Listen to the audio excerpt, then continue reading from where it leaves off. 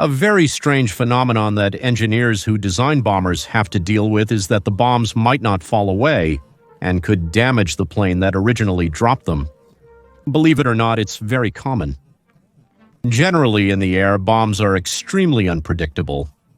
For example, they can fly sideways instead of falling, damaging nearby Allied bombers. They can harm those below, as could happen in World War II. This was a common case of friendly fire. Could they simply go up? As we mentioned before, the fact that bombs don't always fall is extremely counterintuitive, since they are very heavy beforehand. In World War II, when bombers were huge and slow, this phenomenon was extremely unknown and never occurred. But in the Cold War, these fearsome predators of the air could easily surpass Mach 1, breaking the sound barrier. And when you go beyond this limit, things get weird. The phenomenon mainly occurs due to airflows passing over the airplane. Below airplanes, the air usually flows more slowly, creating a high-pressure zone that makes anything the airplane drops simply rise back up. It's quite dangerous, but less than you imagine. The bomb won't detonate in the air just by touching the airplane, but it can still cause damage that could destroy it in the air. Today, we'll explore this curious phenomenon, which even today remains a headache for military engineers. So make yourself comfortable and welcome to Guns Club.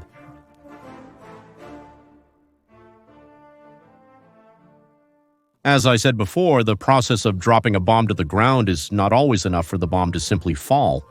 And it all has to do with the airflow of the plane, since all planes are different each time one is designed. A specific aerodynamic study must be done to make the bombs fall in the best way. Basically, they're wind tunnel tests, but taking into account above all the interaction between the aircraft and the bombs. As you can see, it's basically a mechanical arm that moves an object similar to a bomb to study its behavior and thus determine possible aerodynamic problems when dropping a bomb from the plane. These studies are extremely necessary in stealth and supersonic aircraft, which use a hatch that has to drop the bombs from a weapons bay.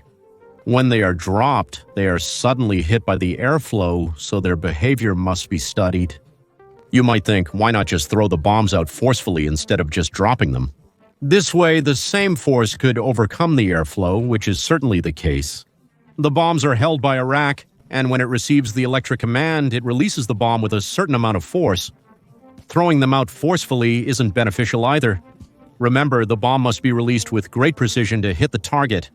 Hitting a bunker that's 10 meters wide from 10,000 meters up is like threading a needle from a meter away.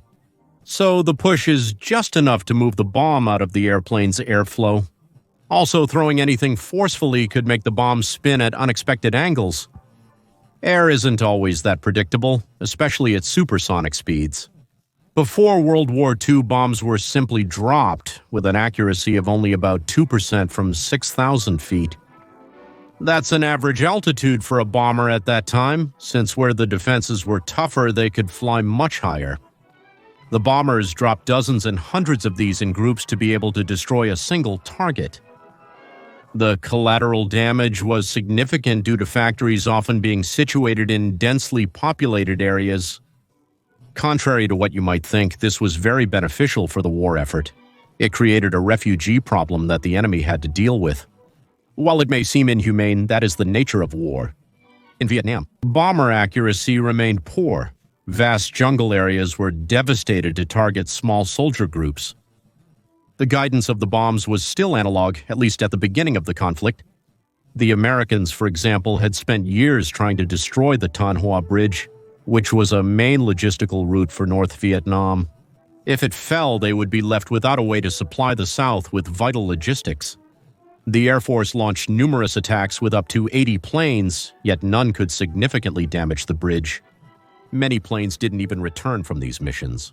In '72, electro-optical bombs guided by laser began to be used, which could be dropped from farther away and with greater precision. And finally, in this year, the bridge was able to be destroyed after years of intense bombings and dozens of lost planes. Guided bombs today are the majority, and they work with a sensor at the tip of the bombs. They are guided by a laser fired from the plane or from the ground. and the sensor constantly monitors its own coordinates and sends signals to the tail to correct its trajectory. There are also loitering munitions, which can glide to the target in the same way, having a long range and often being able to avoid anti-air defenses in many cases. In Operation Desert Storm, guided bombs were responsible for destroying 40% of the targets, even though they made up only 10% of the bombs dropped. Their effectiveness and precision are undeniable. So, if bombs are more accurate than before, why does it matter if they're dropped forcefully from the bomber instead of just being released? If they're propelled forcefully, they can get far enough away from the bomber so they can't cause it any harm. It's certainly possible, but as I said, at supersonic speeds, more thrust doesn't always guarantee that the bomb will follow a fixed trajectory. A forceful push may worsen the situation, and according to studies, it has been determined that the best thing is simply to calculate the aerodynamics of both objects so that the fall is controlled. A small push, taking into account the object's aerodynamics, is much more beneficial than just throwing it forcefully. There are many types of racks that propel the bombs in different ways.